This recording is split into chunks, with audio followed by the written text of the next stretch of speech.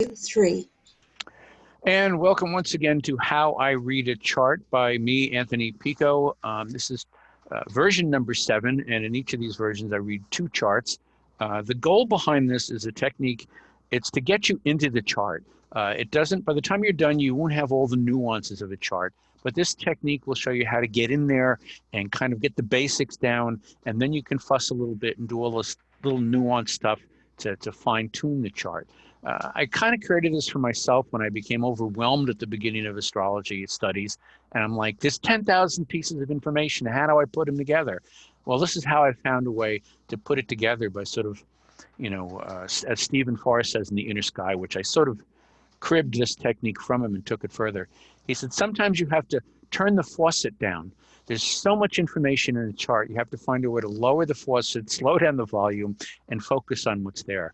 So this technique, ideally, if you know your basic planets and houses and chart and signs and aspects, but don't know how to put it together, this should get you into a chart pretty quickly, and it'll take you, and we have 2 charts today, so let me see if, okay, here we go. This is the first chart. This gentleman, I just first look at it, I redraw the chart. You don't have to, it's my way of doing it. But the first thing I notice, there's a few clumps of things, seems to all be on the left side, but nothing in particular stands out. So the first thing, always the first thing to do is to immediately look at the sun, moon, and rising sign. So what I do is I highlight them because I have crayons and I like to use them. So we have a Cancer, with a Gemini moon, which is an interesting kind of a flip-flop because he's going to be emotional, and yet his moon is kind of analytical, so hopefully it'll balance each other out. And he's got Leo rising, which means he should be, want to be noticed, somewhat prideful. Cancerian, obviously, is going to be nurturing, he's going to be caring, he's going to be home-oriented. So we'll get an idea here, a guy who's able to handle the emotions in a fairly intellectual way, but also is deeply emotional anyway as a Cancerian, and proud of what he's doing. That Leo up front, it should bring somebody out front in a strong way. So the next thing I do is I look at conjunctions, because conjunctions to me start adding power. You know, when you get 2 or more planets stuck together, energy is increased. Things are kind of extra things are created. It's no longer like here we have Venus conjunct the moon. It's no longer Venus or the moon. They're conjunct. The other conjunctions we have is the Sun, Mars, and Uranus. In Cancer, Sun and Mars are less than half a degree apart, and that's pretty strong. Pluto's conjunct the ascendant, and at the bottom we have something typical for 1953. Saturn is conjunct Neptune. So what I'm going to get out of this right off the bat, my first impression, Sun conjunct Mars, that makes for a fairly aggressive, assertive, almost Aryan kind of person, Aryan as in Aries, and Uranus is there too. So at first I'm thinking this is going to be kind of an emotional, kind of crazy guy, and to a certain degree, offbeat, intense, aggressive, assertive, very strongly felt emotions. Even though he does have Venus conjunct the moon, there should be something graceful about him. There should be something sociable about him. You know, it's in Gemini, so he's kind of open to variety. He's not going to be too rigid in his thoughts. Pluto is conjunct his ascendant. That's going to make him, Pluto conjunct the ascendant, you've got kind of this power that comes out of you, even if you're just standing still. People with Pluto conjunct the ascendant get noticed when they enter a room. Even if they're gentle people or easygoing, or whether they're strong-willed, there's just something about Pluto, you sense that this person is intense in some way. And then at the bottom, we got a little tricky bundle. Saturn conjunct Neptune. They don't really understand each other particularly well. And it's in Libra, which Saturn likes to be in. Neptune doesn't mind being in Libra. So there's going to be some sort of maybe difficulty finding boundaries, because Saturn wants to set boundaries and Neptune's sitting there going like, oh, everything is one, man. You know, there's no boundaries. We're all connected. And Saturn's trying to say, yes, but, you know, we're individuals too. So emotional, kind of unusual person. I would wonder at my first glance with Jupiter and the moon and Venus in the 10th house that he must be in some sort of creative, communicative career and helping people in some way. 11th house, bringing us into the future. Okay, So the next thing I do is I add what I consider the flowing aspects, the positive aspects, so to speak. And those are trines. He's got one. Jupiter down to the Neptune-Saturn connection. Well, that's helping a lot because Jupiter trining Saturn will help. It's kind of careful growth. Saturn and Jupiter will work together. Jupiter will keep Saturn from like becoming very rigid. Saturn will keep Jupiter from flying off a cliff going, look, I can fly. I believe I can fly. So there's a nice kind of balance here. So gradual growth is available, and Jupiter trining Neptune is going to give you kind of a spiritual intuitive connection of some kind. So this is sort of softening what could have been a problem down there with the Saturn conjunct the Neptune. So not a lot of aspects to work with. So the next thing I do is I add what we consider the difficult aspects, which would be squares or oppositions. And we have one square, and it's that Neptune-Saturn bundle is solidly squaring Uranus and also squaring the Sun and Mars. So this was interesting. I actually had to learn a little more when I spoke to the man, but this kind of starts putting the brakes on that craziness. You know, Mars conjunct Sun might make him kind of an aggressive, nurturing person, but Saturn's going to hold it back. It's a square. It's going to take things a little gentle, a little easy. It's going to hold it back and restrict it in some way, so that crazy quality he might have had is going to be reined in some sort of a practical way. And also, I did want to mention, by the way, I just forgot, Jupiter trining Neptune usually involves somebody that works with the public in some way. You know, because Neptune can be about empathy and connection. Jupiter's about the social contracts that we have in the sense of how we take things to a higher level. So we have somebody who's probably going to work with the public in some way, in some sort of a nurturing way, but reined in somehow. So the next thing I do is I add the minor aspects, or the more minor aspects, which is a sextile. Well, Pluto sextile Neptune is in everybody's chart from like 1945 onwards. So because Neptune is now inside Pluto's orbit in its erratic trip around the sun. So nothing particularly unusual about that, but Pluto sextiling Saturn is a whole nother story. Not quite a trine, but Saturn's going to bring kind of a control. Whenever Pluto and Saturn work well together, it really kind of amplifies that sense of strength, that sense of ability to be willful and get things done, potentially a dominating person, potentially. But the Saturn squaring the Sun and Mars and Uranus suggests that something's being reined in here, kind of held back in some way, shape, or form. So the next thing I do is I create categories. And here are the categories that everybody wants to know about when they have a chart read. Tell me about my career. Tell me about who I'm going to fall in love with. Tell me about my health. Tell me about my family and my home and my inner life. And tell me about my finances. So what I do on the chart in red ink, because I like it to stand out, I list each category, and then underneath it, I list all the planetary combinations that connect with that particular topic. So here we are. I'm going to start at the top. Career, we have a Taurus midheaven career. So it's going to be whatever career he gets is kind of steady. How he does his work, well, it's conjunct Uranus and the Sun. He's probably a physical worker in some way. When Mars is conjunct the Sun, you're going to have somebody that can work with mechanics, even though it's in Cancer. There's a mechanical person there, particularly with the addition of Uranus in there. We have kind of a mechanical, maybe scientific, maybe technical quality going on here.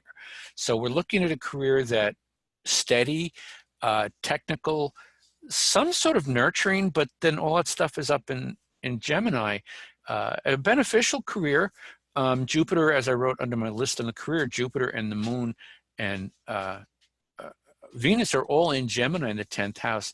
So even though it's a Taurus midheaven, there's a lot of Gemini in the 10th house. And in my mind, I'm thinking that that should bring some sort of a career in communications. I was wrong.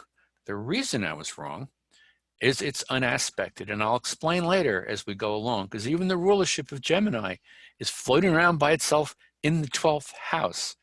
So there's some connections here that actually this chart was interesting for me because I learned a little more about astrology when I did this, and we'll get to that as we move along.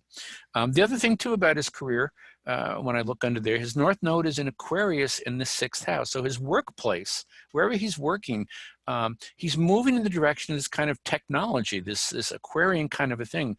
So that works fine with the Gemini stuff, but the Cancerian stuff is sort of strange. You know, how are you technologically nurturing people? So leave that for the moment, and let's move down to relationships. Mars is in Cancer, the physical aspect. I always look at Mars as the physical part of relationships.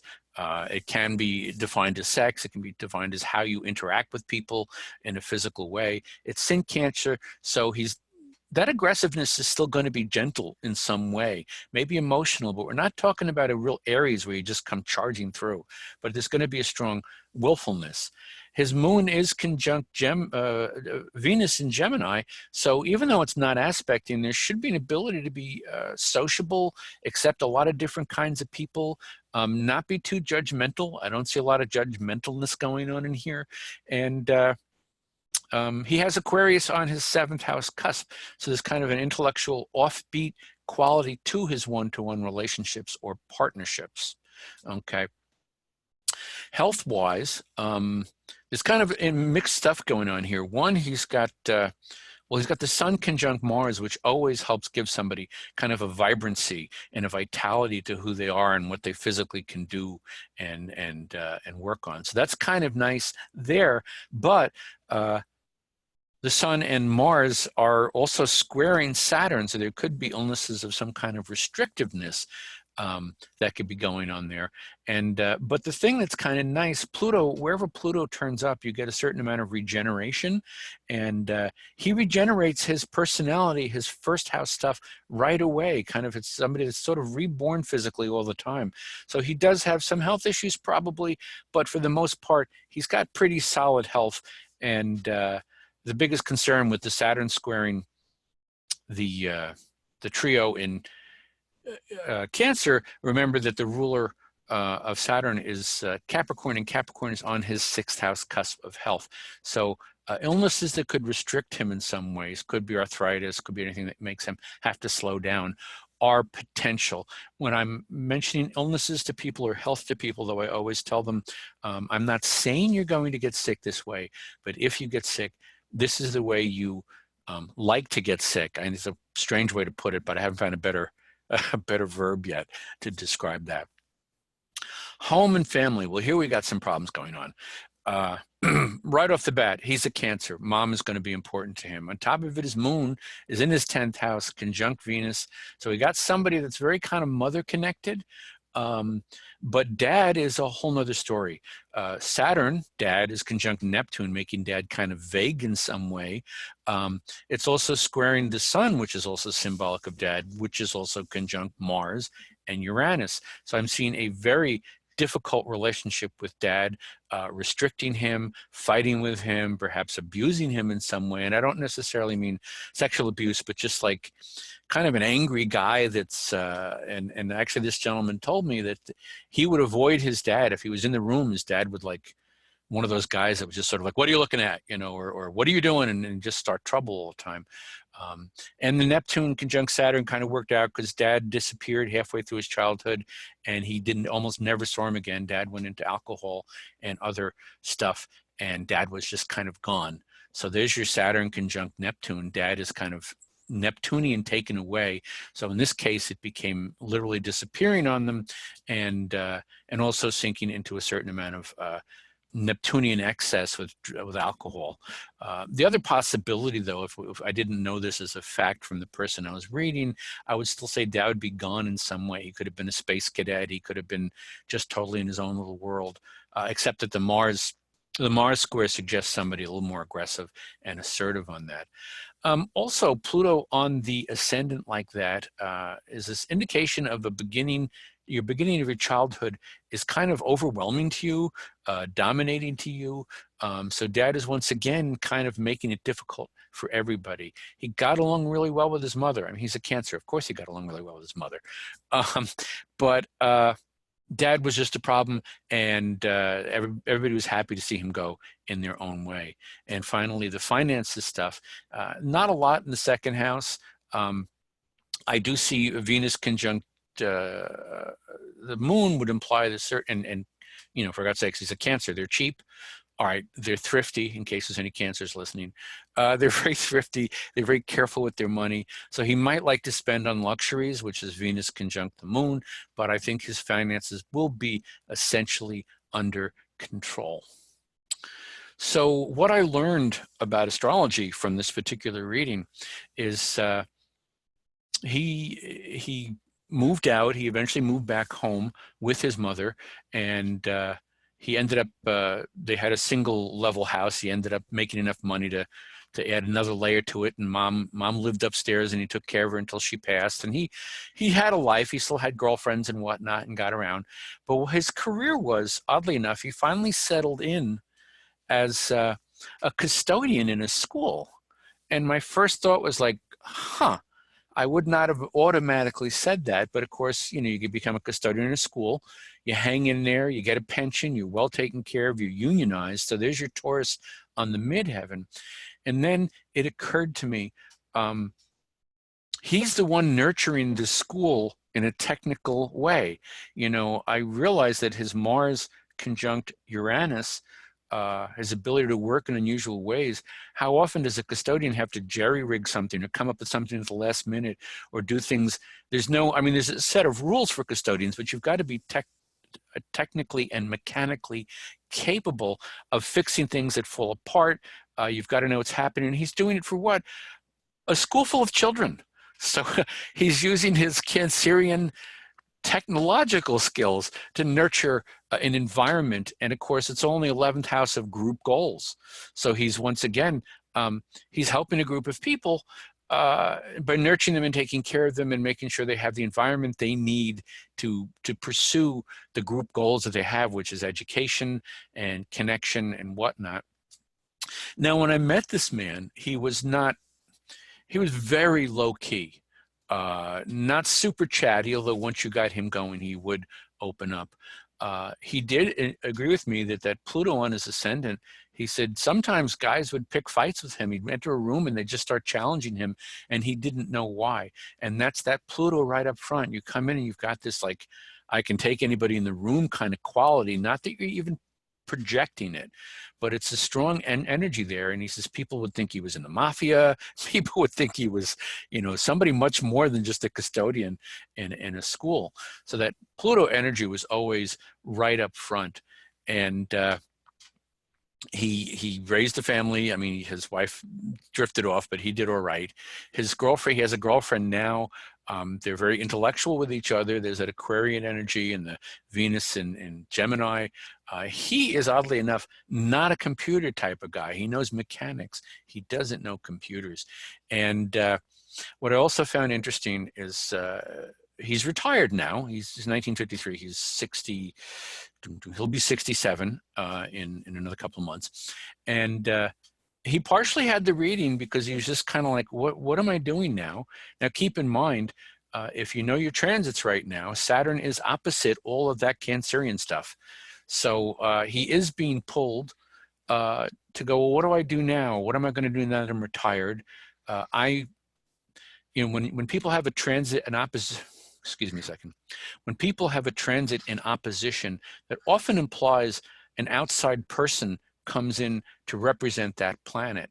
So here comes the astrologer to serve as Saturn for him. I was basically his Saturn transit, and I said, well, where are you going with this stuff? What do you want to do with your life? And he said, gee, I don't know. And I said, well, have you ever done something you didn't want to do? You know, come up with a new idea. So he told me that when he was a kid, he used to write songs to sing to his mom. Of course, he's a Cancer. I said, you used to what? And he said he wrote a couple of songs, and he would draw on stuff, but he never pursued it. And I'm looking at his chart, and what has he got? Venus conjunct the moon in Gemini, unaspected to the rest of his chart. So is Mercury unaspected to the rest of his chart. So his thoughts are kind of inside himself. It took a bit to bring him out. That's why I say he was kind of a very low-key guy. I don't know how much self-analysis he did. I don't think he even noticed that. He was sort of unsatisfied until now. He'd made his money, he's got his house, he's comfortable enough that he can retire. And so we started talking about that stuff, and he started telling me how he knew a lot of illustrators and he knew a lot of musicians. And so I suggested to him, I said, hey, why don't you start writing some songs? Excuse me. I said, why don't you write a children's book? I was actually surprised. He was showing me on Facebook. He's got like a half a dozen friends who are all career professional illustrators, comic book artists, Mad Magazine artists. I said, why don't you contact these people? Why don't you try writing a story? Why don't you indulge this creative side? Partially, I recommended this because it was clear to me he had never brought this into his life. It was unaspected and floating around there, not really connecting. And this is the risk sometimes with unaspected planets. If you're not aware of them, you may have this toolbox you don't even tap into. So I did this reading a couple of months ago, and he's talking about starting to write songs and trying to see what he can do and playing with it. And he actually, by the end of the reading, kind of seemed sort of delighted about the very idea that he could do that, as if it had sort of never occurred to him. And I was just, look, it's there. It's in your 10th house. And I even suggested, you know, he's been fairly fortunate career-wise. Jupiter's up there in Gemini. I said, there's no reason you can't try this. And even if, I said, even if you're not successful at it, it's still you're exercising part of you that's never been tapped before. And it'd be worth doing just for that alone. So that's how I got into this chart. And I'm open for any questions anybody wants to ask, and see if there's anything you're curious about this particular chart, and I'll try to add any information I can. So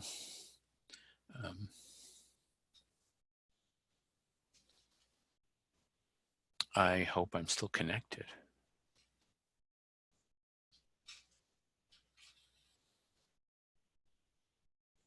Hello? Yes, you're still here, and but there are no questions for this chart at the moment. Okay, we can always come back to it. But if anybody has any, they're welcome to speak up. So let's go to the next chart. Okay, and the title card again, How I Read a Chart. And here's a chart. She's born the 25th of August, 1987 at 10:12 a.m. And right off the bat, just looking at this chart, holy cow, look at the 11th house. There's 5 planets in the 11th house, and they're all loosely conjunct. So right off the bat, bam, there's something going on in that 11th house, and it's pretty powerful. When you see something like this, when 5 planets are just jammed together like that, one thing you know right off the bat is this person is going to be very driven and very focused in one particular area. So without getting deeply into that, let's just start with the, highlighting the sun and the moon and the rising sign. And this is, she's a Virgo sun and a Virgo moon. And if any of you know, when a person's sun and moon are in the same sign, their inner and outer self are one. These are not people that ever say to themselves, oh, I think this way, but I feel this way, because they think and feel the same way. Whenever there's 2 planets, whenever the sun and the moon are in the same sign, their inner and outer selves are completely in harmony with each other, even if they're not particularly conjunct. So she's got this intense Virgo quality, which my first thought, and I'm looking at the planets in Virgo, this might be a very kind of very formal, stiff person, but she's got Libra rising. So I'm saying, okay, but there's a chatty quality up front, a cooperative, friendly quality, a balancing kind of a quality. So that's interesting. That's some balance there. So let's add the conjunctions, which is always my next step. Well, there you go. And they're all in one spot. Mars is conjunct the sun. not only is it conjunct the sun, it's 10 minutes apart from each other. They're basically completely on top of each other. So on one level, like the previous chart, I would say, oh, this is going to be an aggressive, pushy, Aryan kind of person, except, well, it's in Virgo. And Virgo likes properness and rules and cooperation and doing things the right way. So like the Mars conjunct the sun in Cancer, the previous chart, this is not going to be necessarily a typical manifestation of Mars conjunct the sun, plus it's conjunct Venus. So that's going to soften it some more. So there's going to be a sociability to this. So right off the bat, I'm going to say she's fairly assertive in making friends. Venus conjunct Mars conjunct the sun. Like, hello, how are you? I want to get to know you, kind of a thing going on there.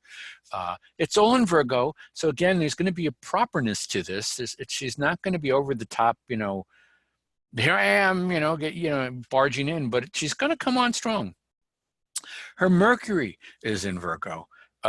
Which Mercury is very happy being in Virgo because it's its rulership. So we've got somebody who's got 4 planets all conjunct tightly, relatively tightly in Virgo.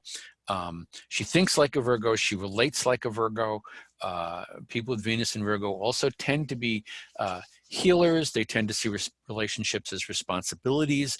And they're always, by the way, people with Venus in Virgo are always taking stock of every relationship every day. There's no such thing as just sort of coasting in a relationship when a person is Venus in Virgo. They're always taking stock and making sure everything is going well. They're also very up for perfecting their partners, or as they like to see it, you know, fixing them. It depends how the partner feels about it, to whether it's fixing them or being a pain in the ass. But she thinks fairly well too, and then the moon gets dragged in there. And the moon isn't always that happy in Virgo. They do have feelings, but then she's going to sit there and go, do I have a right for these feelings? Are these the correct feelings to have? It's kind of like a moon in Capricorn. Don't believe that Virgo moons and Capricorn moons don't have emotions. They have them. It's just a question of whether or not they think they're acceptable and allowed to be released. So you've got this kind of powerful bundle in Virgo, assertive, aggressive, but cooperative and friendly and chatty and really kind of a package deal. Her heart and her mind are on the same area. And where is the area? The area is the 11th house. The 11th house is about group goals. It's the house of Aquarius. It's about serving society in some way, shape, or form. So we've got something intense going on there. So the next thing I do, as I say, is I add the so-called positive or more beneficial aspects like trines, and bam, grand trine, with another planet trining into the grand trine just for the hell of it. So let's look at this. This is going to, now we've got 5 planets in a conjunction and 2 added in, so 7 planets with Uranus getting dragged in a trine. 8 of her 10 planets are involved in this dance. So this is definitely going to be, I don't want to use the word obsessive, but this is definitely going to be somebody who's very focused on something.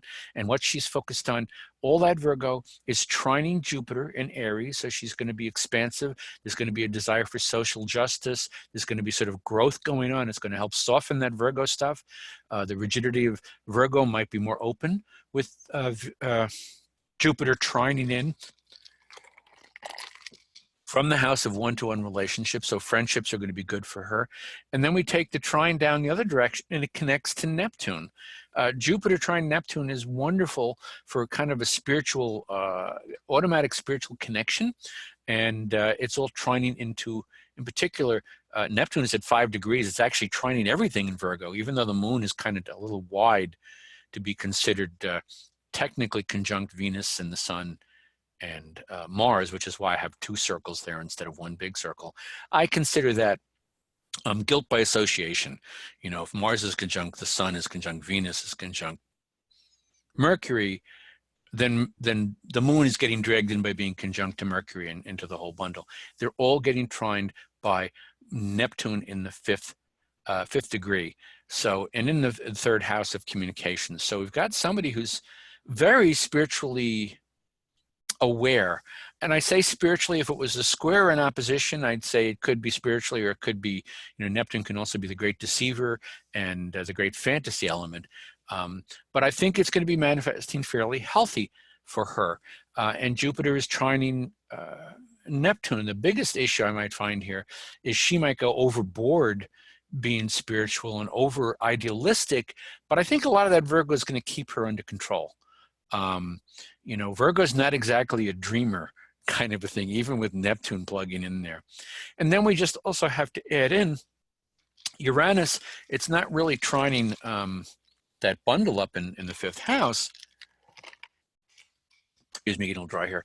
But it is trining Jupiter. So again, we're adding in a beneficial kind of freedom and openness. You know, Uranus is about your own way of doing things. It's about freedom. It's about chaos. It's about new ideas. So there's kind of an openness to her. This grand trine is really softening that Virgo, but softening Virgo does not mean you're negating Virgo. There's still going to be an aspect of service to her, wanting to serve the world. When you add in Jupiter, which is about social issues and social awareness and taking things to a higher level, because Jupiter can represent, like the energy of Sagittarius, higher justice, higher education, higher philosophy, not run-of-the-mill stuff.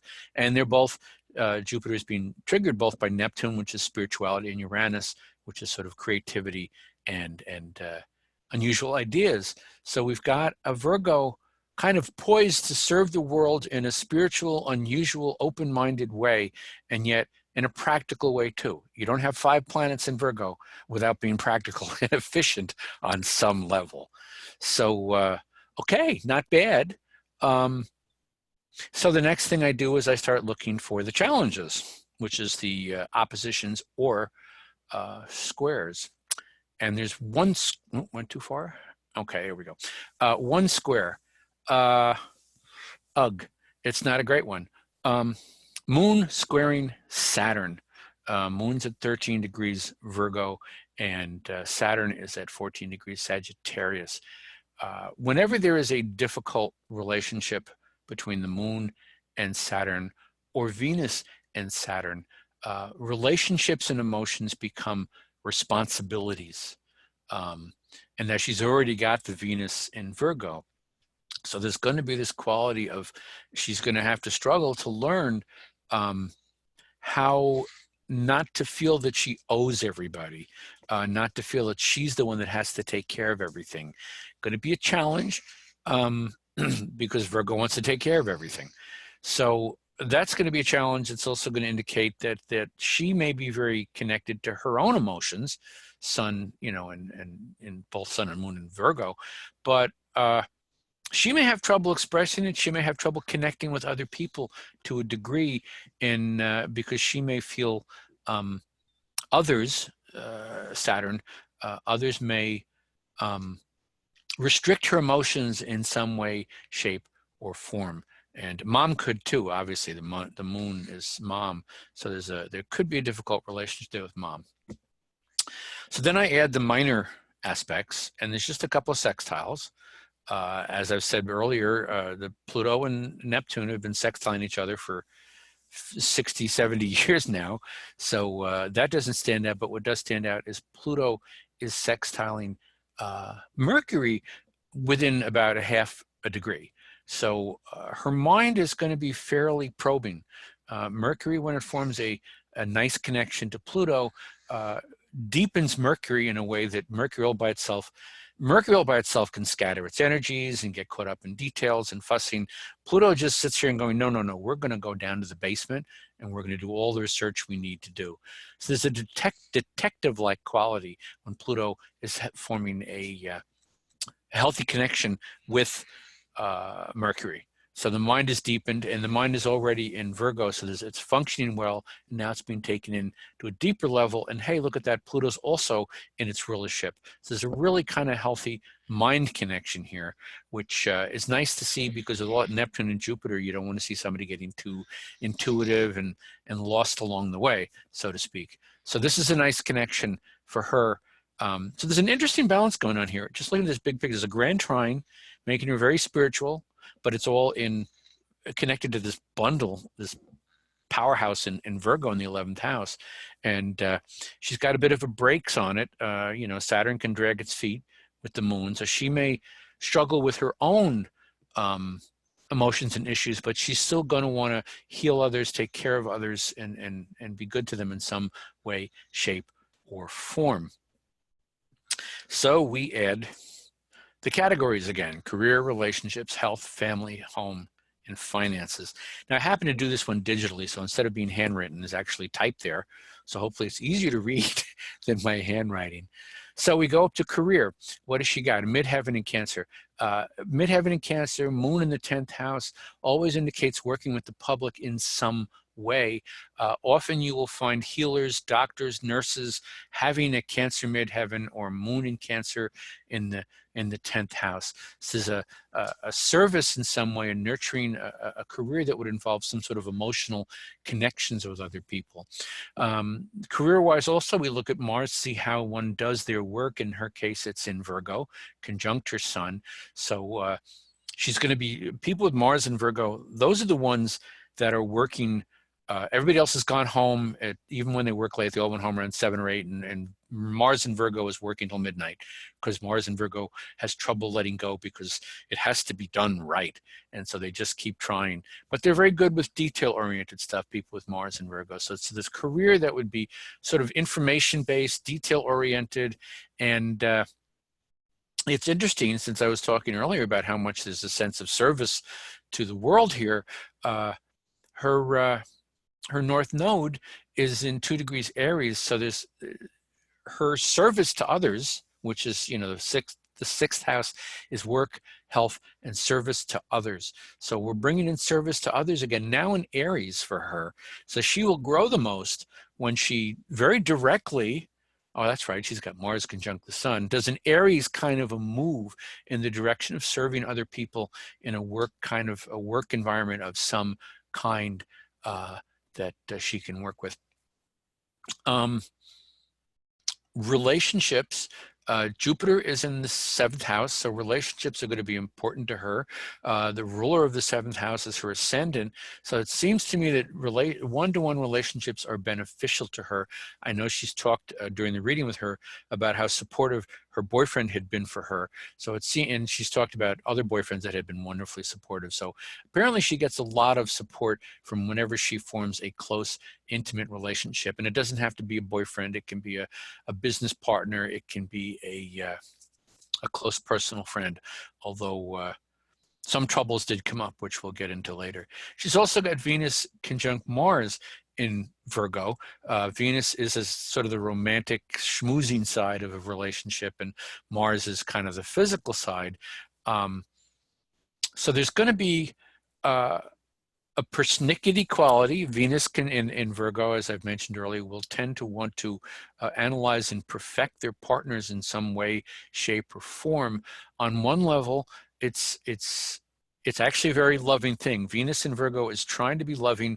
It's the way they express their love is to make you better, because Virgo wants to make everything better. And so sometimes if you know somebody with Venus in Virgo and you feel that they're nagging you, it's not coming from that place. It's coming from a place of where they genuinely want you to grow and become a better person. Whether or not you want to be that way is a whole nother story, and whether or not what they're advising you to do may not be your particular cup of tea if they're not in tune. I think this woman would be in tune. She's got Jupiter trining, Neptune trining the stuff in Virgo. So I think there's a nice kind of intuitive flow there in terms of one-to-one relationships, particularly with Jupiter in Aries. And Aries is in the cusp of her 7th house. Again, this interacting with other people is a huge part of this chart. And she's, excuse me, sorry. And she's got that, but she's got that moon in Virgo squaring Saturn. And this is where problems can come up, because she may at times feel, she may at times give more of herself than she necessarily should, because that Saturn suggests limiting her emotions and making her more responsible than a person with Venus in Virgo might be. So we have this person here that's very relationship oriented, but may have a little bit of a struggle standing up for herself. And yet it's trine, and Mars is conjunct the sun. So there might be some benefits there. There might not be somebody who's a doormat, but somebody who's still trying to work out what do I owe you and what do I not owe you? What do I, deserve and what do you deserve? So move down to health. As I mentioned in the last chart, Sun conjunct Mars is always a good sign of a very vital physicality. Mars conjunct the Sun gives you kind of an athlete's body in some way, even if you're not an athlete, but that kind of idea of a good physical strength and vitality. And on top of it, that's part of the grand trine. So it's trining Jupiter, giving more strength and energy to her. It's trining Neptune, which means she's got a nice spiritual connection. And I'm of the belief that most illness comes out of the spiritual first. I think we have a spiritual malaise or an emotional malaise that we then manifest as a physical illness. So it's kind of a feeling I get in this that she's going to be grounded enough, even if she's got Neptune and Jupiter's all at Earth holding it down. And for that matter, Neptune's in Capricorn. So 6 planets in Earth are going to keep her from being too flighty, even with all this kind of spiritual energy going on. So it's part of the grand trine, and I think her health will basically be fairly good. Financial stuff, kind of a simple one here. Saturn is in the 2nd house. Yes, financial success can be delayed, but I don't look at Saturn delaying things as much as it waits until you're ready. Saturn isn't sitting there going like, well, I'm not going to give it to you yet. You don't deserve it. But Saturn is sitting there going like, are you ready for it? Are you going to be able to handle this? Have you experienced enough to know how to handle this? So usually when Saturn is in the 2nd house, it implies that once you start making money, it's yours. You've earned it. They can't take it away from you. Once you start having a success, either with Saturn in the 10th or with Saturn in the 2nd house, it's something you've earned. It's not something that dropped in your lap, and so it's yours, and it's there.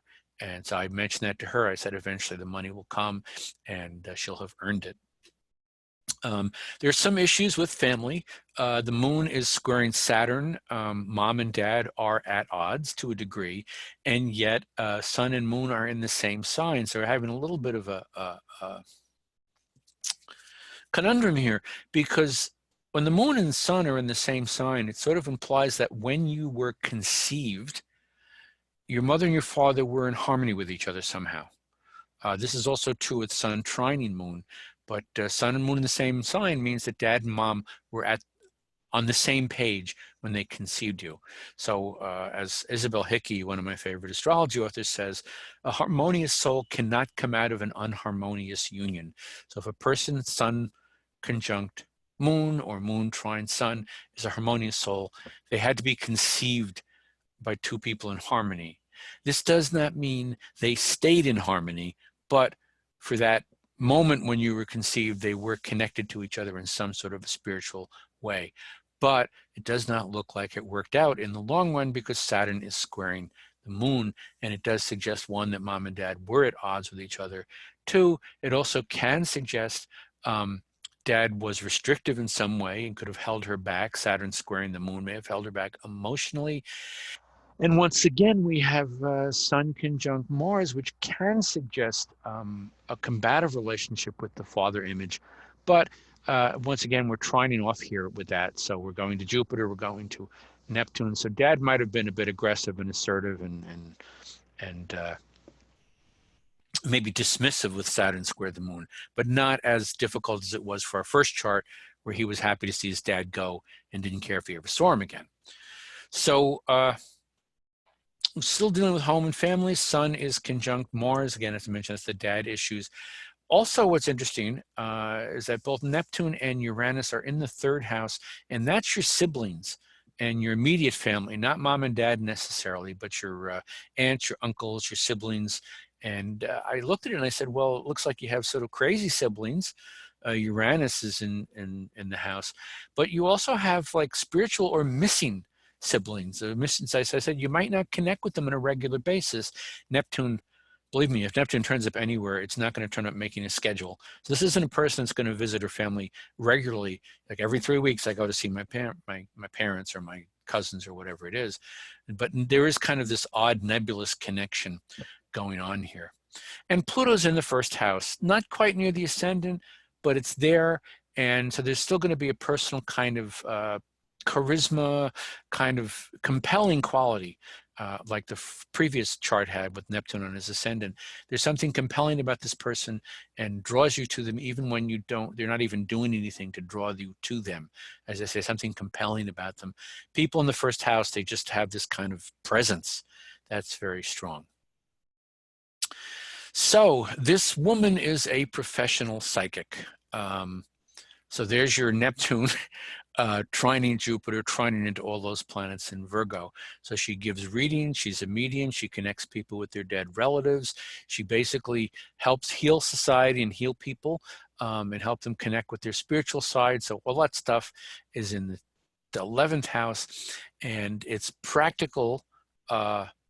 It's a practical psychic. I know that those words can sometimes sound like they don't necessarily agree with each other, but all that Virgo is there trying to help people improve themselves in some sort of a spiritual way. It didn't come to her right away. It took a little while.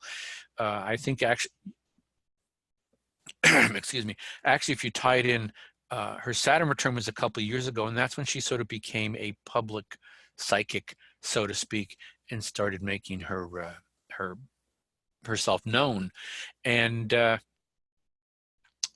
the abilities first, she'd always been aware of kind of being intuitive, but a few years ago, her brother died from a drug overdose and is now her personal spirit guide.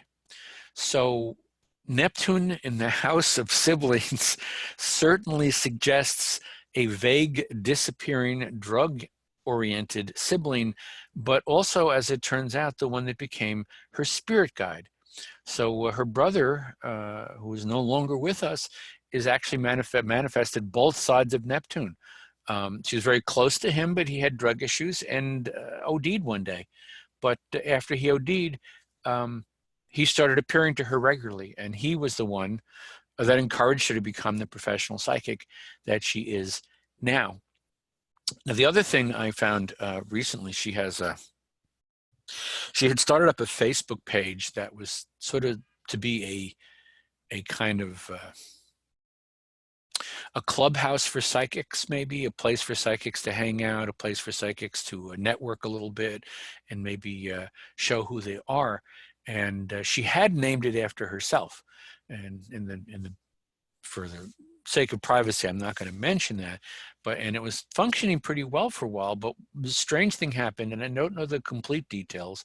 This is after I did the reading for her, but some of the other psychics kind of like took over the site, kind of stabbed her in the back and kicked her out. So we did mention Saturn squaring the moon. So she does sometimes end up getting betrayed by people. And luckily she's strong enough where she just went and said, screw this, and went on her own way. And they changed the name of the Facebook group so that it no longer had her name connected to it. And she went on her own way. So that's the other thing that goes on in her chart. And again, the psychic thing that she's doing makes sense with her Cancerian midheaven. Again, the healing profession, it may not be your traditional, doctor or nurse or massage therapist, but there's something certainly to be said for healing people by helping them connect with their dead relatives, their dead friends and family that they need to connect to for whatever reason. And she's slowly building her business up and doing fairly well with it. The previous year, she had spent actually doing some management of some real estate properties, not exactly the handyman, but definitely running things, making whose windows are broken, who didn't have heat, kind of a misfix it, I guess, in terms of knowing who to contact and whatnot. So again, there was still that practical energy of serving other people in a practical way and helping them by being sort of the trouble, the head of trouble doesn't sound right. The person to go to when there's trouble at a real estate development was her, and she took care of the problem. So again, there's that Virgo helping people, fixing things, being practical about stuff in some sort of a beneficial social way. Again, Cancer in the midheaven, you're working with people. Jupiter in the 7th house, connecting to the Neptune and the light bundle of Virgo. You're again talking about somebody who is serving the public in some way, shape, or form. So, excuse me, my cell phone just went off. I'm sorry about that. That's chart 2. And And you know, it's funny, whenever I choose these charts, I don't think about them beforehand, but I'm always surprised as I'm working on them that I end up picking up two charts that go together in some way. They both have Sun conjunct Mars. They both have hidden talents they didn't get to. They both had issues with parents and stuff. So just funny how that works out. So we have a few minutes left. There are questions. I'm happy to answer them for either this chart or the other chart, or questions about my technique, or whatever the heck you want to ask me. So please feel free to say anything you like, within reason.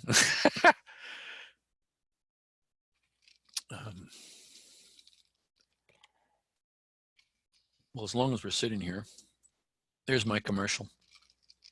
That's where anybody can reach me if they want a reading or want to read my blog or whatever it is. And oh, it's too big for the page. Oh, well. So I'm just sort of stalling if anybody has questions. If there are no questions, we can close out. So